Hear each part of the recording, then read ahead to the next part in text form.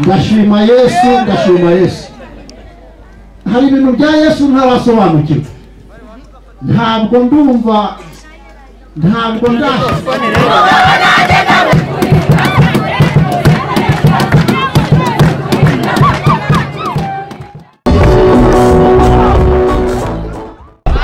twakire Pastor Kalisa yegere hafi asenga Imana, twakire umwigisha. Yesu abahe umugisha.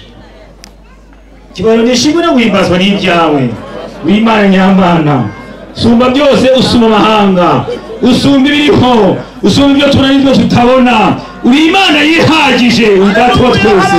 Turi hano bera bawe, turi hano bahamagaye, tugiye kuba abagabo wandikishije. Imbaraga z'Imana zire kwitwebwe, kandi ubwiza bw'Imana bugaragara aha hantu. Dusengeye umwigisha, imbaraga z'Imana zire kuri we, ururimi rwe uregoboka neza. Imbaraga z'Imana zigaragara mu iteraniro, kandi weshe icyubahiro mu ijambo ryawe. Ijambo ryawe rigira ububasha, ijambo ryawe rikore kuri muntu wese, ijambo ryawe rihembure, kandi ijambo ryawe ribe igisubizo kuri twebwe. Urakoze kugiye kubikora, kandi ukabikora neza. Tubisenze Imana twizeye dutyo mu izina rya Yesu. Wese muvugire amen. Amen. Amen. Shimwe Yesu ashimwe. Dushimiye Imana iduhaye umunsi mwiza, kandi byose Imana ibikora mu mugambi wayo. Birashoboka ko hari abantu baje tumaze kwivuga no kwakirana. Nitwa Pastor Emmanuel NDIKUBWIMANA, kuva ku itorero rya Batsinda, ni muri paroise ya Gasave, hanyuma mu rurembo rwa Kigali. Ndagira ngo dusome ijambo ry'Imana.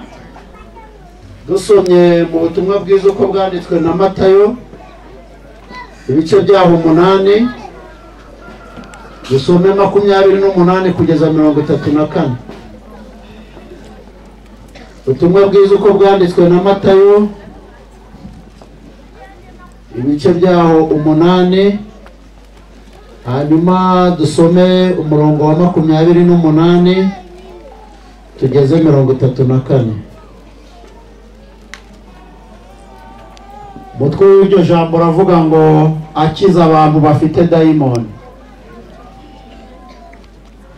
Aravuze ngo amaze gufata hakurya mu gihugu cy'Abagadalene, ahura n'abantu babiri batewe n'abadayimoni bava mu mva. Bari abasazi cyane, bituma ari ntawe utinyuka kunyura muri iyo nzira. Barataka cyane bati, duhuriye he mwana w'Imana? Mbese uje hano kutwica urupfu n'agashinyaguro igihe cyacu kitaragera? Hirya yabo hari umugana w'ingurube nyinshi zirisha. Abadayimoni bazibonye baramwinginga bati, ntutwirukane twohereze muri uriya mugana w'ingurube. Arabasubiza ati, nimugende. Babavamo baragenda bajya muri izo ngurube. Mugana wose wirukira ku gacuri, zisuka mu nyanja, zipfira mu mazi. Abungeri bazo barahunga, binjiye mu mudugudu bavuga ibyo babonye byose, n'ibyo bari batewe na dayimoni. Abo muri uwo mudugudu bose bajya gusanganira Yesu, bamubonye baramwinginga ngo ave mu gihugu cyabo. Amen. Tugiye kuganira ijambo rivuga ngo guhura na Yesu. Nabibwiye hashize igihe kitari gitoya kandi kitari na kinini ngijijwe, kuko hari abambanjirije bafite imyaka ingana n'iyanjye ndamye, bo bayirangije mu gakiza. Nakiriye Yesu ku itariki 13 z'ukwa 5 muri 1997.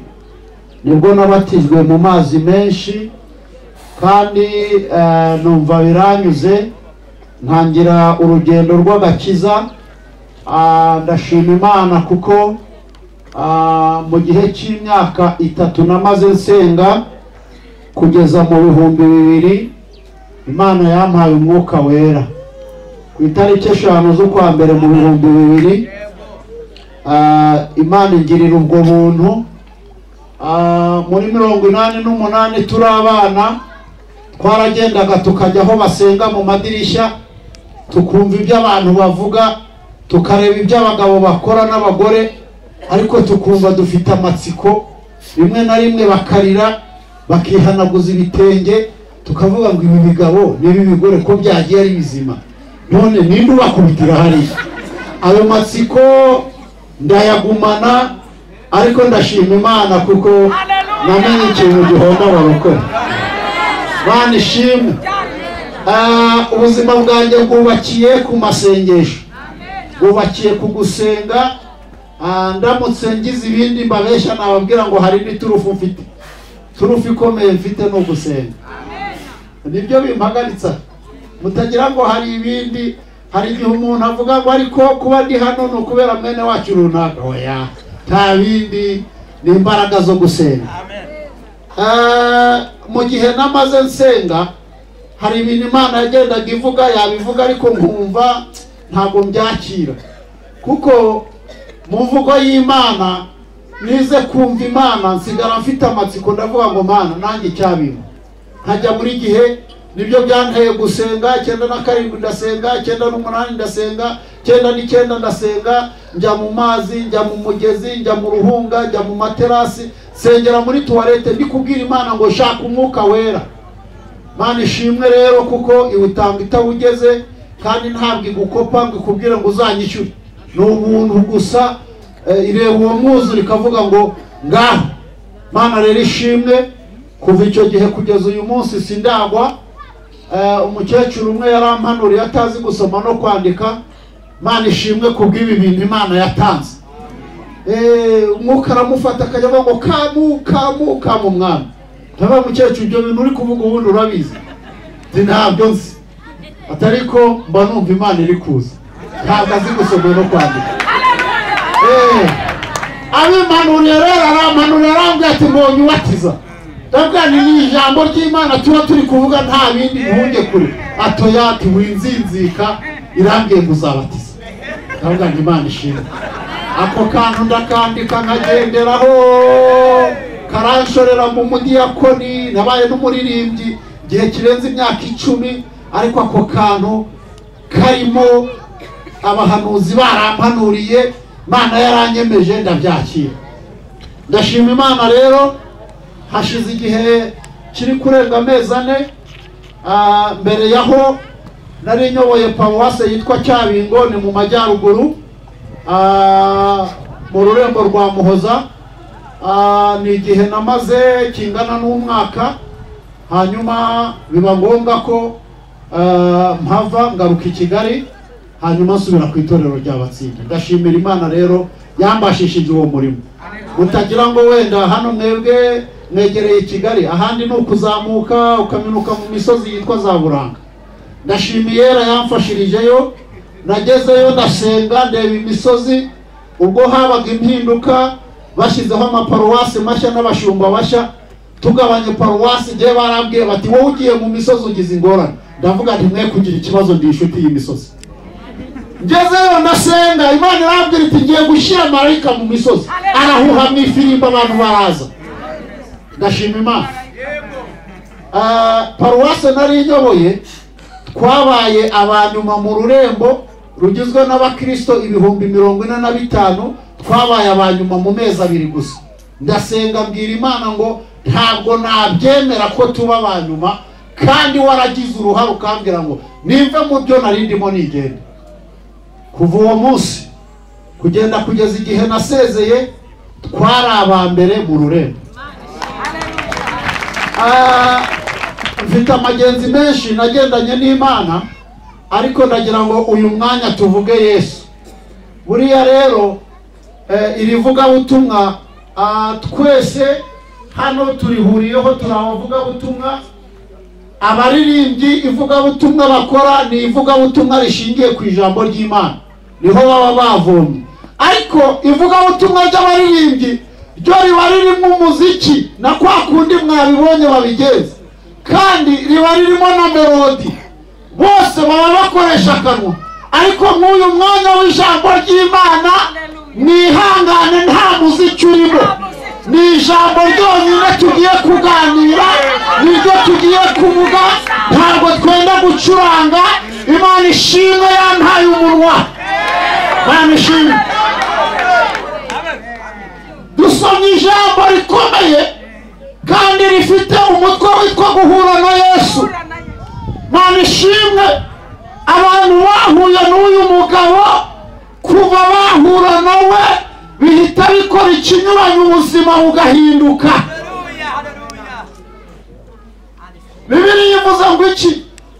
Bibiliya iravuze ngo hariho abantu b'abasazi biruka bivanamo imyenda, kandi abo basazi bari babiri. Byari bizwi mu mudugudu ko ari abasazi. Hari igihe umuntu asara ariko ukabona ko hazamo no gutuza, ushobora guhura nawe ntarwane, ukabona ibyo bisazi hari ukuntu byiyubashye. Ariko aba bantu ibisazi bari barasaze, byari ibisazi byo kurwana, byo guhura, bahuye nabo bagakubita, bahura n'umuntu bakarwana, bahura n'umuntu amabuye, ngaho nuko byari bimeze.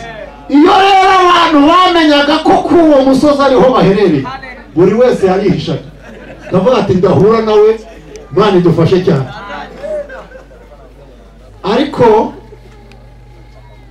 iminsi iba myinshi igahimwa n'umwe. Hanyuma baza guhura n'umugabo witwa Yesu. Yesu we ntakangwa n'abasazi, ntabwo afite guterwa ubwoba ngo nimuhura ngo bararwana, ngo baterana amabuye, ngo bagize gute. Kandi Yesu ahura nabo mu gihe cyiza. Bibiliya iravuze ngo bahura bavuye mu mva. Hari abasazi mwari mwabona baba mu marimbi kugenda kugeza ku kigero biba ngombwa yuko n'ahandi uvuga ngo nzamuroha, nzamutwara indera, nzagira gute, bikaba ngombwa ko abantu bahaguruka bafite ubwoba no kwinjira mu marimbi kubashakamo bikagorana. Hari abo mwari mwabona? Ndakeka ko muri iki gihe ndashima Yesu, ndashima Yesu. Hari ibintu bya Yesu ntarasobanukirwa, ntabwo ndashyikira, sindashobora kumva igihagararo cye, sindashobora kumva imbaraga ze ngo zishyikire, kuko biragutse. Haleluya, amen. Arangije Yesu ategeka, akoresha itegeko, aravuga ngo dayimoni muvemo, musohokamo, genda ndakwirukanye.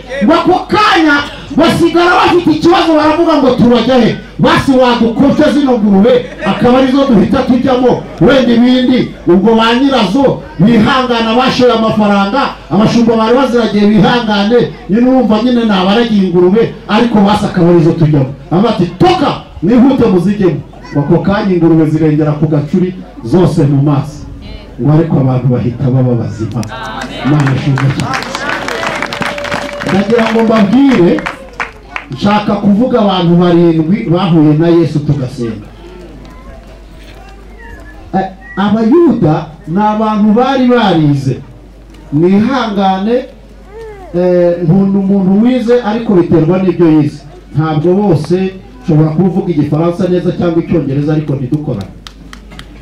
Byo mvuze murabyumvise? Mu Bayuda harimo abantu bize amategeko ku buryo kujya kumufata ngo usobanure ibya Yesu umubwire ngo byari bigoranye. Ati mwene runaka mpuza Yozefu, babandi bababaje hirya aho ngaho no muri karitsiye zidasobanutse, ntabwo bari abanyamugi, ku buryo kumuvuga byasabaga ko ubanza ukisobanura cyane. Shaka kuvuga ku muntu wa kabiri wahuye na Yesu. Abaririmbyi bamuririmbye, ntimugire ngo ndi kuzana ibintu bishyashya, n'ibintu biri muri Bibiliya. Yesu yarasanzwe ari inshuti na Lazaro, bari bamenyeranye, ariko noneho mu Bayuda harimo ikibazo cyo kuvuga ngo uyu mugabo ibi bintu ni itekamutwe, ni ubwesikoro, ni ukubeshya. Ntabwo gishoboka yuko yaba yaciye kwa Yayiro ngo azure umwana. Hari ukuntu umuntu apfa noneho yaba gishyushye abantu bakagira ngo yagiye, ariko akuka kakongera kakagaruka akaba muzima. Barabisobanura, baravuga bati ntabwo yamuzuye, ahubwo nuko yagiye agakora ku ntumbi gishyushye ntabwo umwuka wari wamuvuyemo, birangije aba muzima. Iyo nkuru rero bayamamaza gutyo, byumvikana yuko kwako gakobwa ko kwa Yayiro atari ukumuzura, mbese muri rubanda bibihame yuko ntabwo azura, ni ikinyoma, ni ukubeshya. Arangije rero yari akeneye guhura n'aba bagabo, akora imibare, bamutumaho baramubwira bati dore rwose ntabwo ari kure, wasimbukirayo, gusaba gutega imodoka, nyuma yanjye si kure, genda rwose, kandi ararembye. Munsi wa mbere, munsi wa kabiri, munsi wa gatatu, munsi wa kane, ubwo iyo minsi yose Lazaro umwuka waraheze, baranamushyingura, ariko Yesu ntiyahagera. Tekereza rero umuntu uhageze nyuma y'iminsi, kandi bahungu bari baravuze ngo n'ubundi ni ikinyoma ntajya azura, bari bari aho ngaho. Umunsi wo gusoza ikiriyo bari bahari, bicaye nk'uko mwicaye hariya.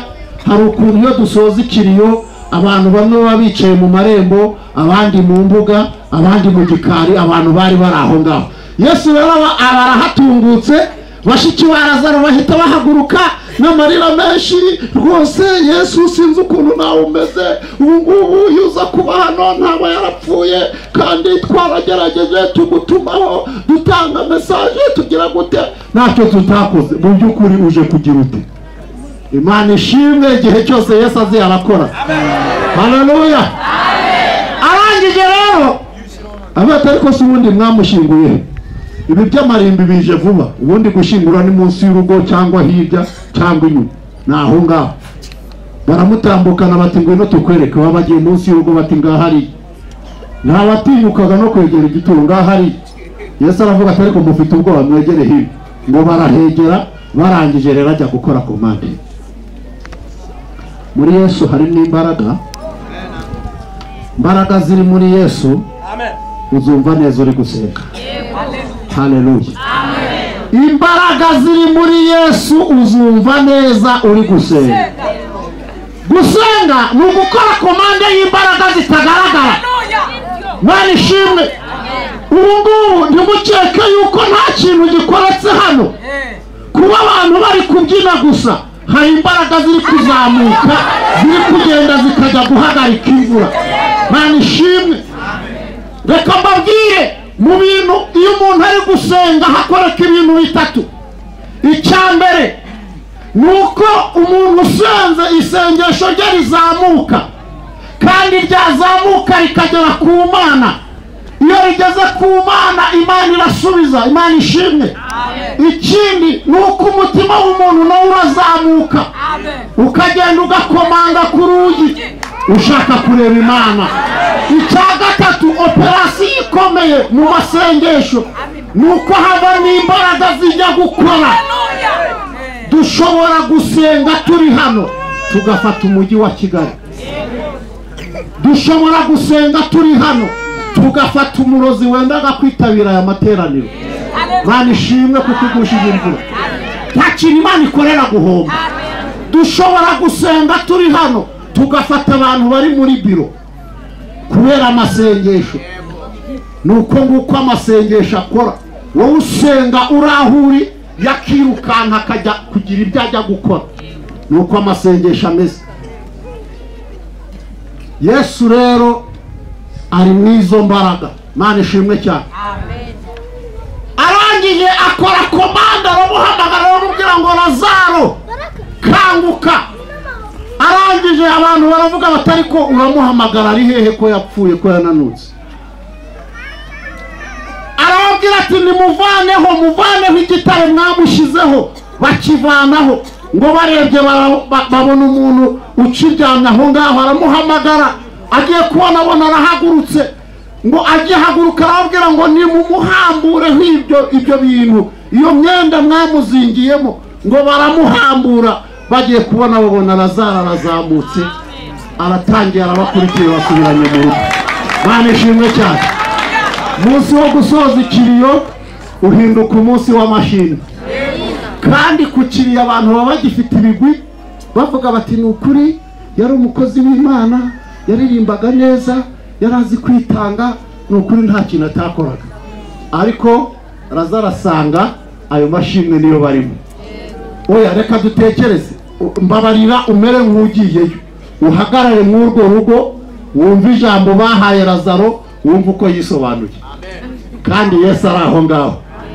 Uzi rero icyo abafarisayo bavanyemo kuvuga bati ubwo uyu mugabo abikoze bikaba bigaragara, twebwe nta ruvugiro tugifite, ahubwo tujye gushaka uburyo tuzamwica. Ubwo ni naho ngaho misiyo yo kumwica yaturutse. Aho rero sinshaka kuhatinda, ndagira ngo ntinde ku muntu wa gatatu. Yahuye na Yesu batasezeranye, ahura na Yesu ari mu bibazo. Bibiliya iravuga ngo aca mu mudugudu w'Inayi. Aho mw'uwo mujyi cyangwa mw'uwo mudugudu harimo umugore ugiye kubireba neza nta nubwo yari no mu cyiciro cya mbere, yari hasi yacyo. Kandi Bibiliya iravuga ngo yari umupfakazi, ikavuga ngo yari yaranabyaye umwana umwe w'umuhungu w'ikinege. Imana Yesu ni mwiza. Amen. Mumfashe dupepere Imana. Amen. Haleluya. Imana ni nziza.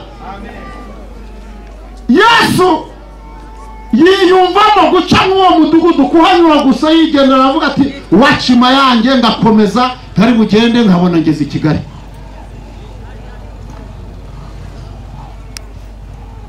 Nshaka abantu bane, mumpa abantu bane aho ngaho, kandi haza abagabo nibabura n'abagore ndabafata nta kibazo. Abantu bane munzanire n'igitenge, ariko reka n'abagore babiri nabo mbakoresha.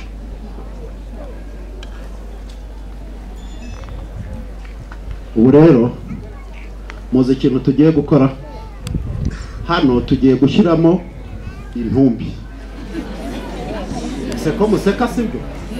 Uriya mwana yarapfuye kandi yari ikinege. Hanyuma muhindukire mwa bagabo mumufate hano. Nawe fata kuri. Oya abahetse ntabwo baba barebana, babiri baba bareba imbere, abandi bareba mu rugo ryabo. Ngo barabyibagiwe kubera iterambere. Abantu bari bahetse ikiriba cyangwa bahetse intumbi yapfuye, nuko bari bameze. Ubu rero mwebwe mufite ingorane, ariko muhumure. Ubu umwe agiye kuba nyina w'uwapfuye, hanyuma undi nawe agiye kumuhoza kuko yari amarira. Kandi wumva ukuntu byari bishekeje. Igitare racometse. Ukuntu byari bigoranye, nanze gukoresha umuntu nyine, namwe murabyumva. Ngiki kiri. Hanyuma byaravuga ngo tugerageze twihute tumuvane mu nzu kuko yaza kunuka tutamushyinguye vuba. Noneho uyu mubyeyi ariko se wakikorera amaboko ngo ntamo basi gihanganije ndagusengera. Urumva nawe ari inyuma ari kuvuga ati umwana wanjye we niyo maboko nari mfite, nta kindi kintu kindi. Uyu nawe ari inyuma ye ari kumubwira ati rwose ihangane komera, kuko nta Yesu bari bazi. Yesu rero yaturutse hehe? Yaturutse mu kindi cyerekezo. Araza ahura nabo, arababaza ati icyo niki? Ati witubaza? Nta muntu witambika imbere y'ikiriba witubaza. Uri kutubaza iki se? Ni icyo utaruzi? Ntabwo uri kubona ko yapfuye? Turi kwirukanka nyine tugiye kumushyinga. Noneho umugore nawe bari kujya bamuhoza bavuga bati rekeraho kurira rwose ihangane, ni ukuri Imana. Yesu aramubaza ati wirira, rekeraho kurira we, rekeraho kurira. Haleluya. Wirira. Amaze kumuhanagura amarira asubiza akaboko ku kiriba. Haleluya. Aramubwira ngo muhungu ndagutegetse byumva.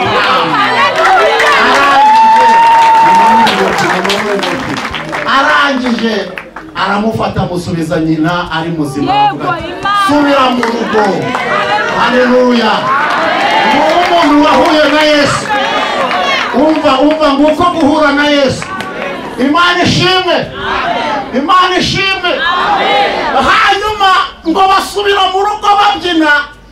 Noneho ahari ikiriyo hahinduka umunezero. Ahari umubabaro hajya amashimwe. Ngo barabyina baratamba. Imana ishimwe. Hari ikigeragezo ucamo ugasanga nta kindi kintu abantu bakwiriye kuvuga uretse kuvuga ngo ihangane. Ariko Yesu yaza akakubwira ngo mugore ceceka, akakubwira ngo murokore ceceka, akabanza akaguhoza amarira. Yamara kuguhoza amarira agatambuka agakora no ku kiriyo. Imana ishimwe. Umva icyo Imana ivuze. Abantu bafite ibintu byapfuye, abantu bafite ikiba mu iteraniro, mwakire kuzuka, mwakire kubaho, mwakire ubuzima, mwakire ko hari iby'Imana izuye. Imana ishimwe. Yesu arangije arabasezerana avuga ati musubire mu rugo amahoro. Nawe akomeza urugendo rwe. Imana ishimwe. Waba warahuye na Yesu mu buzima bwawe, hari aho uvuga uti reka mbabwire, hari umuntu ubaho ubuzima bwe akinjira mu itorero agakora byose ariko batarahura. Nta hantu bari bahurira. Wamubaza uti mwahuriye he, akakubwira ati reka da nibwo bwa mbere nabyumva. Hari umuntu wiga amashuri akayaminuza ariko akaba atarahura na Yesu. Ndagira ngo mbabwire yuko guhura na Yesu bihindura ubuzima. Guhura na Yesu birazura. Guhura na Yesu birakiza. Guhura na Yesu nibwo buzima. Hari abantu babayeho ubuzima bwo kuba batarigeze bahura nawe na rimwe. Kandi bene ubwo buzima nta mukiro urimo. Bene ubwo buzima ni ugupfa. Mana dufashe cyane. Mfite izindi ngero zigera muri 7. Ntabwo nazivuga none hamwe n'iteraniro ngo nzirangize kuko nzi neza yuko umwanya wacu ari mutoya. Ariko ihangane, niba hari ikintu gikomeye mu buzima bwawe ni uguhura na Yesu. Umunsi umwe kuri wa muhungu mwabonye aha ngaha, twaramubyaye ari uruhinja. Mbwira umugore namugane ngwino tujye gusenga twumve icyo Imana ivuga. Tumutererana umusozi turi abantu babiri. Turagenda dutangiye gusenga ari 2:00 z'umugoroba imvura iragwa. Nkuko mwayibonye ni nkeya. Cyangwa se ko twari dufite gahunda yo kurara mu ishyamba dutahe. Se turaba dutsinda. Jisha ukomeze kuko tugiye gusenga. Imvura iragwa 5:00, 6:00, 7:00, 8:00, 9:00, 10:00, 11:00. Nambaye bote nkazivanamo nkamena amazi nkongera nkazisubizamo. Nta shashi nta mutaka. Icyakora Imana ikora igitangaza iramusinziriza bakadutashye mu gitondo. Ndangije ndabase Yesu iherezo ry'ibi bintu rizabiriye. Icyo gihe nahembwaga 23,000 n'amafaranga 356. Ariko nyiri umusore Imana yarambwira ngo nzakugira umugabo. Havuga nti buriya nyine nukuvana mu busore kagira umugabo. Mbaye umugabo nabwo Imana ikambwita nzakugira umugabo. Ese Imana uzagira umugabo gute? Sanzwe karibu. Hari igihe ubaho ubuzima ariko ukaba utafite umwuzuro wa Kristo. Birumvikana turi mu isi turacyahanganye, turacyari ku rugamba. Ariko uko byagenda kose ubwo buzima dutambukamo Kristo niwe ufite umwuzuro wabwo. Ndashima Imana. Nigeze kuba mu Giterane, ayo mafaranga ariyo mpembwa. Noneho umwarimu witwa Gakumba wo mu Bibare aratwitangisha nsanga nta kintu mfite cyo kwitanga. Avuga ni Imana uzi ko ntagira amafaranga. Uzi ko nta kindi kintu kindi mfite. Uzi ko nta mafaranga mfite. ni 23 niyo mpembe. Ngira Imana mu mutima ngo Mana nanjye uzambe ku 100 numva uko bimeze, kuko sinari kwifuza 200 ndumva nari kuba nyigondoshe. Ndangije gusenga gutyo, ngira umudamu twari twicanye mu iterane, ndavuga nyarukiye mu rugo gatoya, ndagenda nzana intama niyaje. Kandi muri korali naririmbagamo hari harimo meya w'akarere n'abandi bantu bakomeye.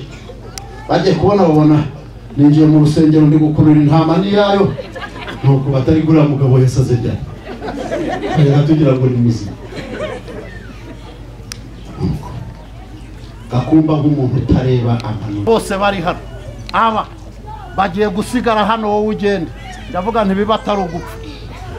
Arambwira ati ugiye kwimuka ubasige kandi Imana iguteye iteka. Ndavuga nti ndakumvise, Mana ishimwe. Ndagira ngo mbwire abarokore bari hano bakijijwe, bavuga ko bakijijwe neza, igihe cyose uzabaho ubuzima butagira ijwi, butumva Imana, utavugana nayo, uzamenye ko ubwo buzima bupfuye. Iba utarahura na Yesu, haranira guhura nawe, aguha amabwiriza y'urugendo, akubwire ibyo ugomba kwirinda. Mana ishimwe, bitameze gutyo uri mu Kigali.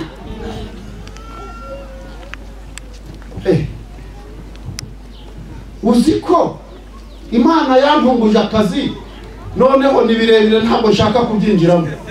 Najya kubijyamo umva ingorane nagize. Naragiye nsanga umuntu ukomeye, kandi ubwo Imana yampagurukije irangira iti we genda gusa, genda ibindi ndabikorera. Nkagira ngo wenda Imana impagurukije ningerayo irantereza icyo kumubwira, nkivuga butumwa n'ijambo ryayo nk'umuntu Imana ikeneye ko yihana. Narahageze mvuga amatefu, nta kintu kizima navuze cyari gihari. Ndataha, ariko mpaguruka aho ngaho uwo mugabo anekereje nk'umuntu utuzuye, kuko urumva Imana yarampataga ngo njye kumureba. Ariko ngezeyo nicaye mu biro bye, ndamubwira ngo ubundi urabona ngo narize ngo segonderi, ariko ngeze igihe cyo kwiga kaminuza ngira ibibazo bya famiye ngo sinajyayo, ngo nicyo cyari kinzanye. Wewe wumvise harimo iki mu by'ukuri? Kandi ubwo uwo muntu nicaye imbere ni uwo ku rwego rwa minisitiri. Kumugeraho ni uko natambutse biro 3 zicayemo abantu barenze bane muri buri biro, bakama ikaze, nkongera nkajya mu yindi biro gutyo.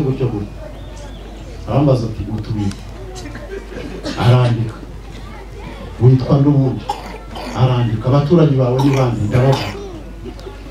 Nsohotse mvuye mu ibyo biro niho ubwenge bwagarutse. Ndavuga nti birashoboka ko haba harimo gucanganyika. Nirukanka nsubira iwacu, njya kubwira abo twasenganaga, ndababwira nti Imana yanshutse nanjye nemeye gushuka, mumfashe dusenge kuko ikirakurikiraho nuko mfunga, kuko natinyutse umutegetsi, nubahutse umuyobozi ukomeye. Turasenga icyumweru cya mbere ntajwi numvise, icyumweru cya kabiri ntajwi numvise.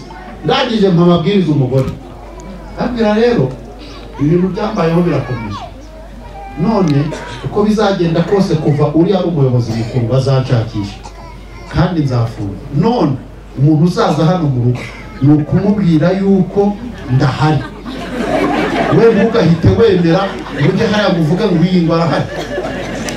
Muzi byambayeho, bwarakeye gitifu aba ari we wakura gitifu, bamwe b'abakorodinateri b'utugari, bamwe babaje. Saa 11 abagezi iwanjye, ndi umugore ikiriza, arikiriza, aragenda arajya kumureba, baravugana ati umugabo wawe arahari? Atarahari. Agarutse ndabaza ariko nakubwiye ngo iki, ubu ukize mu mutego, ndacyavuye hano gute? Byananiye guhakana, abantu urantanze n'ibintu ntako, urumva wese yabazinduwe n'iki. Ndatambuka ndamusuhuza, arambaza ati uherutse i Kigali mu biro by'umudeje, wagiye gukora iki? Njyewe wabonye wumva. Imana irera. manirera hanyuma ariko nasenga Imana ikongera ikambwira ngo ndacyari kumwe nawe. Manishimwe dufite ahantu twavuye, dufite n'ahantu turi kujya. Mutaza kwibesha mukavuga ngo ibi ngibi ngo ni bisanzwe, ntabwo turi mu bintu bisanzwe we, tuzabyitiranye n'ibindi. Ejo bundi njya kuba umushumba, navuye mu kazi k'ibihumbi 700, ndagenda nzi neza ko mu bushumba nta mafaranga arimo. Nakoreraga Rwamagana, urugo ndusiga i Kigali, nzamuka mu majyaruguru. Abantu bose twiganye n'abari hanze bakamamagara bakambwira ngo bari kongo ngo twari tuzi ko ubwenge bwagiye kugira, hari tuzi ko utafi, ariko ndi muzima, biri gukora neza. Ahubwo ubu nibwo bimeze neza, ubu nibwo bimeze neza. Haleluya, amen. Hanyuma ndasenga, umugabo nicarana nawe turavugana, arambwira ati ariko harimo ikihe kibazo kuri kubyihakana nkaho utagiye. Ndagije ndabimwemerera, ndavuga nti nagiye, twarabona. Wavuganye iki nawe? Ntabwo mbyibuka rwose ibintu twavuganye, ntabwo nabona uko mbisobanura. Uretse wamushakiraga iki? Noneho nibwo umutima wagarutse, ijwi rirambwira ngo mubwire ko waba umukeneye akazi, kandi ako kazi kakaguhesha kujya kwiga, kakishyura ibyo watakaje muri buruse wagombaga kubona. Ndamusobanurira ati niba ari ibyo ngibyo baradusabye ngo turebe tukugereho tumenye icyo washakaga. Reba kuva i Kigali kuzagenda kugera i Karongi, iwacu ni Karongi.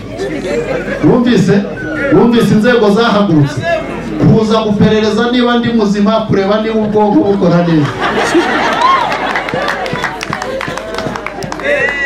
Hanyuma arambwira ati jewe uwo muyobozi yaraduhamagaye nk'inzego ngo amenye uwo muntu wamugendereye, kuko wowe watanze amakuru, uvuga aho utuye, vuga abaturanyi bawe, biba ngombwa ko bakenera koko kumenya niba ari wowe. Ambwira ati twe twatanze amakuru mazima meza, umuntu mwiza, uradufasha mu bintu byose, uri inyangamugayo, Imana iguhe umugisha. Genda rero umusobanurire ibyo nashakaga kuvuga. Aragenda aramusobanurira, haciyemo ibyumweru 2 njya ku rusengero ndafashwa. Haleluya, ndafashwa. Nigeze kuba mu iteraniro ndi Musanze, ndafashwa, ndangije sohoka mwaho mbwiye Imana ndi rwose birarangiye, reka njye mu buvumo nkubwire uduru. Byakurikiyeho simbijyamo. Hanyuma hashize ibyo byumweru 2 nafashijwe ndi mu rusengero, nsohotse umugabo witwa Ndereya turaganira, tukiwanye, dusangira umuceri, tuvuga iby'Imana, tuvuga amasezerano, tubisubiramo. Ndangije mpini ipantaro nambara akamambiri njya mu muhanda ndamuherekeza. Turakomeza tugenda tubivuga, kundi Imana ari nziza, kundi iryoshye, kuntu tudakwiriye kuyivaho, kuntu dukwiriye kuyikomezaho. Ngiye kubona mbona imodoka nziza y'ifime iramanuka gutya idusanga, ariko igabanuraho bukeya, nuko kugabanura. Hanyuma noneho ngiye kubona mbona umugabo asuye ikirahure, ndebyemo gutya mbona ni wa mugabo bashatse kwiruka. Arampamagara ati niko shaka ngwino hano, karame boss. Ati niko utuye aha? Dore bya bindi nagusobanuriraga imbere ya kiliziya imbere yanjye, ngaha gitifu hepfo aho atuye, imbere ya santere Gasave. Ati ko wabimbwiye niko biri koko. Nahagurutse aho subira mu rugo, ariko mu gutandukana nawe arambwira ati none hejuru uzansanga i Kigali turebe uko twakemura icyifuzo cyacu. Ntabwo ari data, si mama, si mwene wacu, nta kindi kintu duhuriyeho. Imana yarambwiye ngo genda ujye muri ofisi ye gusa. Ngenda nta n'ijambo mfite, habe n'umurongo wo muri Bibiliya, kuko ijwi numvise ryarambwiraga ngo genda. Ubwo nari nzi ko Imana irampa icyo mubwira ngezeyo, mvuga ayo matepfu. Haleluya, Mana ishimwe. Ubwo rero nasohotse mwaho, ndagenda ninjira mu nzu, numva ntangiye kubyibuha, numva ibintu biri gukomera. Mbwira umugore ni gahunda ejo mu gitondo kare ndaba ndi Kigali nuriye imodoka ndihuta saa 4 igikondo murosiri bageze bati n'ikindi ndi gushaka deje habe mutasubize inyuma twaraye tuvuganye mwe kugira ikibazo urumva ndatambuka mugezeho ntambwe ati muse shaho dufite rero projet y'icyayi ya ruguru muri za Nyabihuna Ngorore kandi wowe wize ubwarimu ndi bintu Imana igiye guhuza use washobora kuba umuko ntabure ndabizi cyane ibi bintu byacu hari igihe rero mubirebesha amaso y'umubiri mugasanga birasobanye umuntu utarize izi siyansi z'umwuka ari kure umuntu wize ibindi muzihangane ntabwo biri gukora kurusha ibingibi twize muri za 88 twajyaga twumva turi abana umuntu yajya guhanura ati shika noneho twebwe tukagira ngo nyine n'ugushika ariko bikaba bifite ikindi bivuze we kandi yakivuga Imana ikagiherekeza rero hari igihe abantu bibeshya yuko bigarukira aho ngaho hari n'ibindi Imana igenda iteza abantu intambwe ndimi zavuga ngo icyo gihe sizo zivuga uyu munsi nuko afite uko agenda bizamura Imana ishimwe arambaza atese twaguhemba nkanga bandi rwose ntabagoye rwose ntabavunye rwose mwihanganye rwose 100,000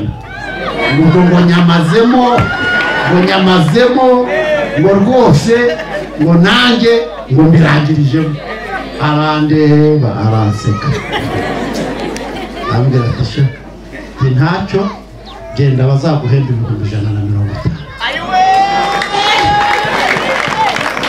Habyibuhaje mba munini ntamuka muri korodoro mbese bidashoboka njya kubwira uwo bari babwiye ngo nasinyire kontara nabo niyisinye vuba kuko ndi kugenda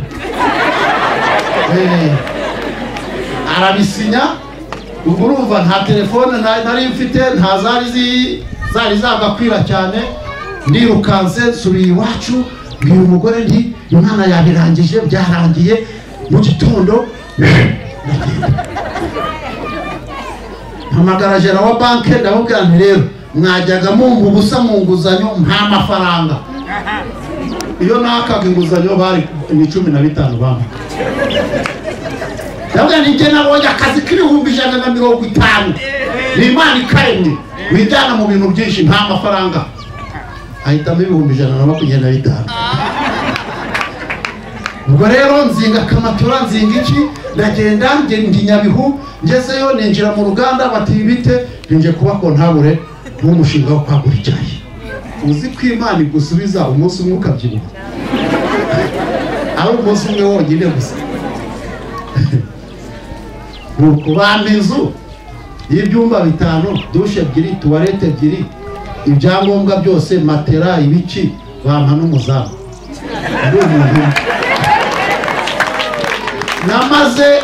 namaze iminsi ine yose ndikurira amarira mvuga ngo kuki nasenze byoroheje ukampa ibisubizo byo kungerageza ntabwo numvaga ko wajya kunsubiza ngo bibingana gutya ndarira amarira menshi ariko bigezeho Yesu arampoza nyuma y'amezi 4 bampa imodoka y'akazi bampa n'umushoferi. Haleluya! Ibintu byakurikiyeho n'ibindi kugeza n'uyu munsi Yesu aracyagura. Nushaka kubimenya tuzagira umwanya wihariye. Ariko ndacyari kuri rya jambo ryo kuvuga ngo guhura na Yesu. Kamubwire ushobora kwiga yego nibyo, ushobora gusirimuka yego nibyo, ariko utarahura na Yesu hakaba hakiri ikibazo. Nabanye hari ibintu byadutse abantu bagahaguruka bakavangwa rwose ngo mutuvane umwaku ngo mudusengere karande zituveho ngo mugire utari wahura na Yesu wakore misi yagomba gukora ndakurahira. Uzi ko Yesu aza agasanga ubuzima bumeze nk'aho bucuritse akabucurukura. Uzi ko Yesu aza agasanga ibintu biri n'urusobane yarangiza akabisobanura. Imana ishimwe, Imana ishimwe. Reka mfate urundi rugero rumwe, nibura wenda tunihangane dusome, ariko niturangiza tunasenga Imana. Mwihangane tujye muri Bibiliya, Matayo ibice 9 27:31, hanyuma na Mariko 2:12.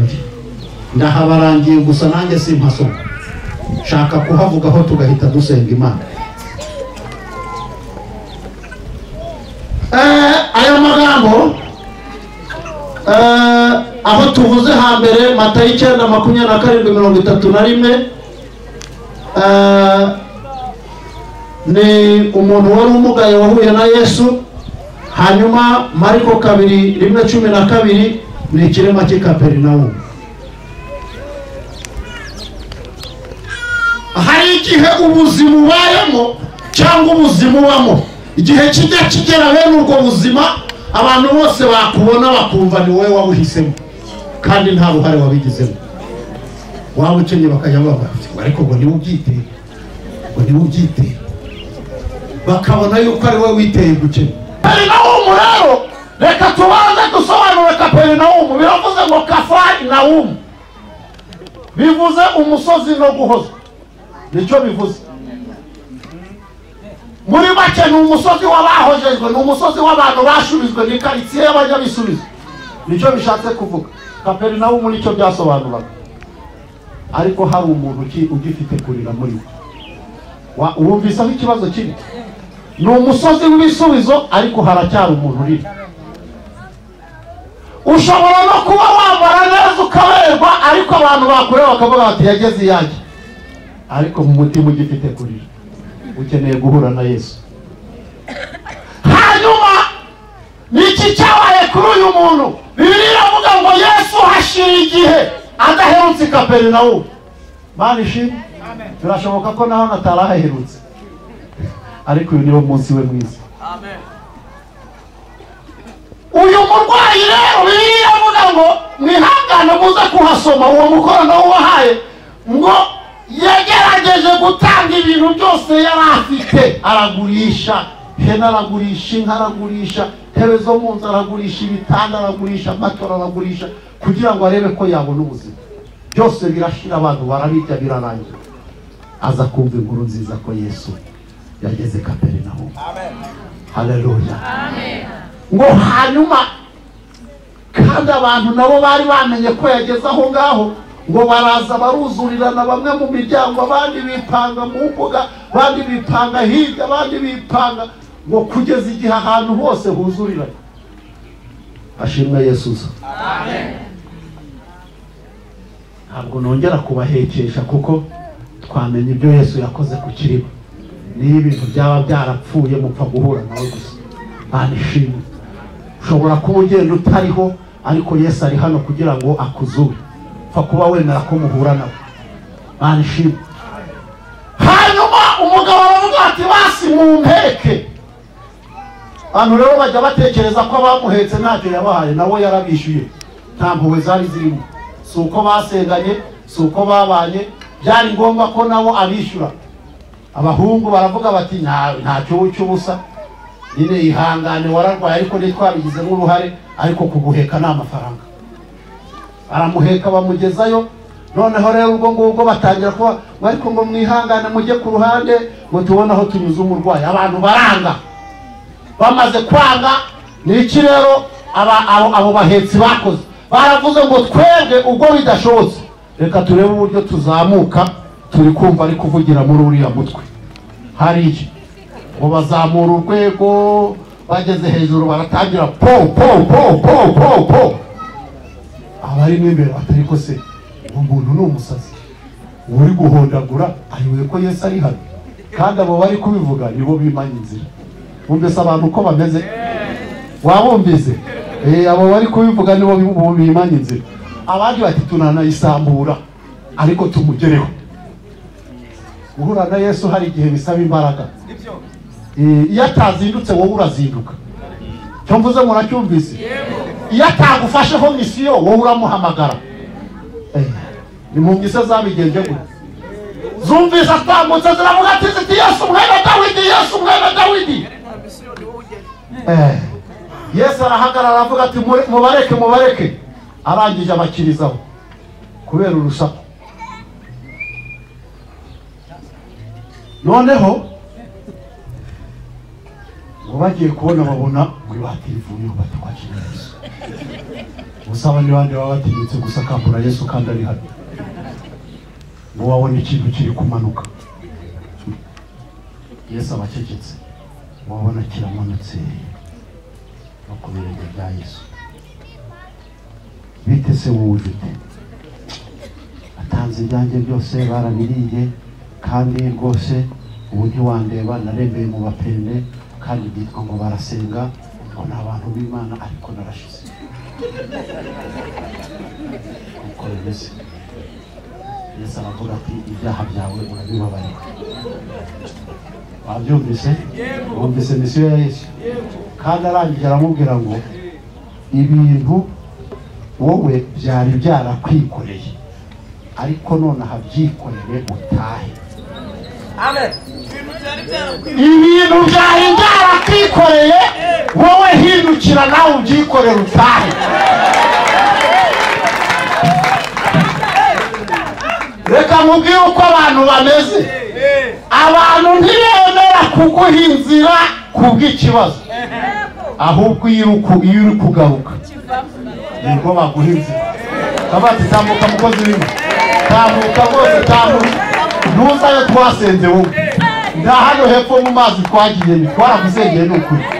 Ngo bakabereka rwose bakitazura kandi ni bamwe bamukubitaga inkokora bageraga gutya bati genda ariko baba ari bo bamuha inzira kubera Yesu. Mana ishimwe. Birashoboka ko ufite ubumuga bw'umutima.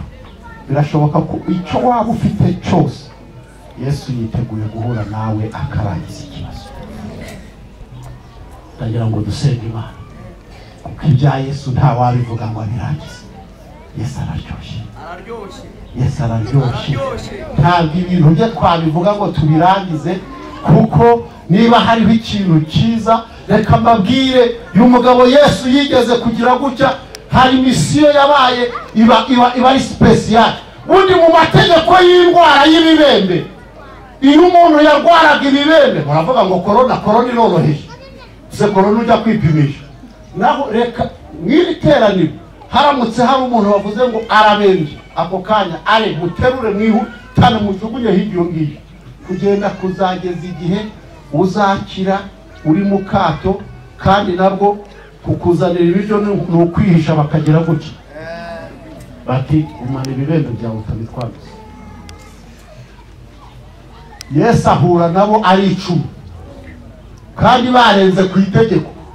Nabo bari bumvise ko Yesu ari hafi aho ngaho. Baravuga bati rero twebwe reka dukore irengayobora dutoroke tugende niho hahandi hacu na n'ubundi twarapfuye. Bagaruka mu bantu ntawe wagaruye ntawe utanze itegeko. Ngo bagiye kubona bahingutse aho Yesu ari. Ngo bagihinguka mu nkurikire mwiranga. Ngo bagihinguka Yesu aravuga ati muje kugira mute muzanywe n'iki mu bantu. Abayikize ngo ako kanya Yesu atanga itegeko aravuga ngo guhera aka kanya ibibembe n'ibibaveho mu izina rya Yesu. Bahita babazira. Ahubwo atariko indwara mwari mufite irakomeje kubera yuko ishyira mu kato k'igihe kirekire. None mugende mujye kwiyereka abatambyi. Ariko so ubu twakize umuntu akika bakaba kuko bifata umubiri wose bigenda bimyoto. Noneho bakika bakaba ariko so ubu twakize. Umwarangije aravuga ati biskora kanjye kumwiyereka kugira ngo mbone uko subira mu materaniro. waragenda yiyereka umutambyi, ariko aranagaruka ahura na Yesu aravuga ati ndi kugushimira.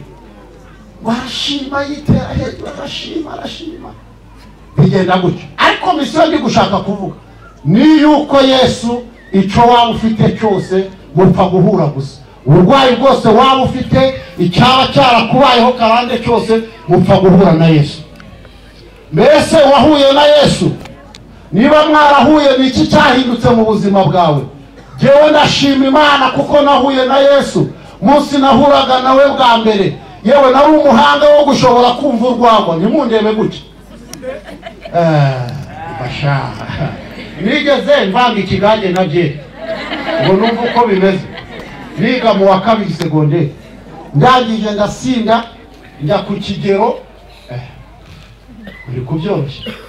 Ngira umuntu ni rero ntabwo nabona uko ntambuka, ni kandi bose baba bari kunseka, reka dufatane ku runana tugende mu mafiyeri abantu be kumenya ibyabaye. Ariko n'ubundi twagenda mwayo mafiyeri nahagarara amaguru akanga bikajya bigenda. Nararanye inkweto kuko naragiye ngiye kurya birananira, abantu babona ko ndi umusinzi.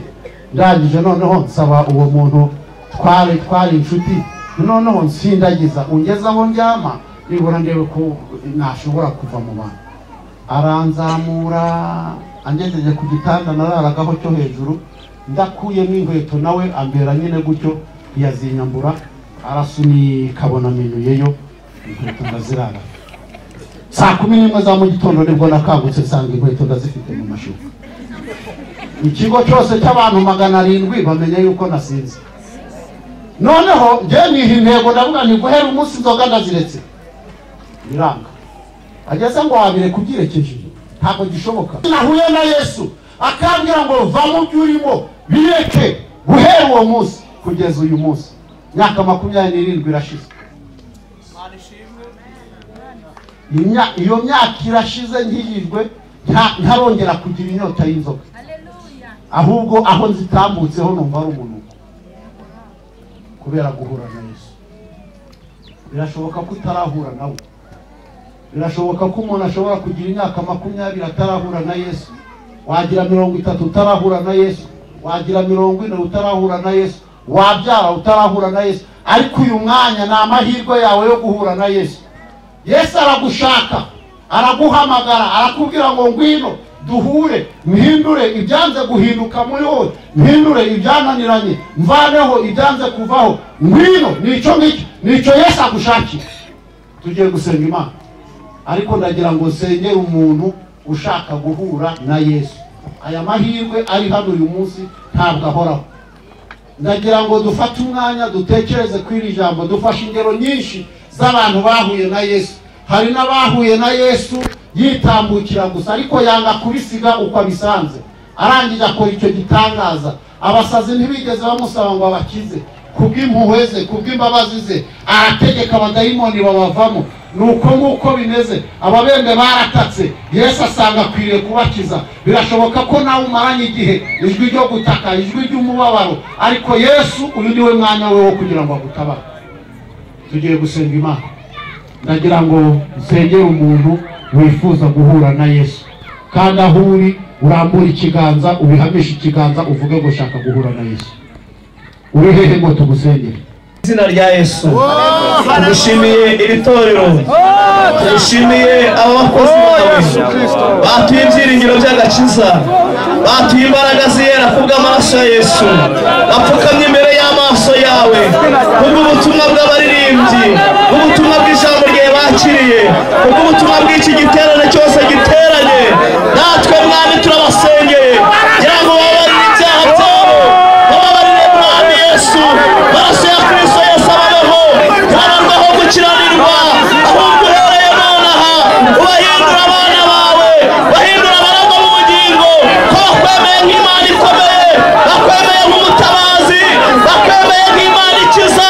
Natwe turabasengeye kugira ngo Mwami muri iyi saha ubafate ubakomeze, tubane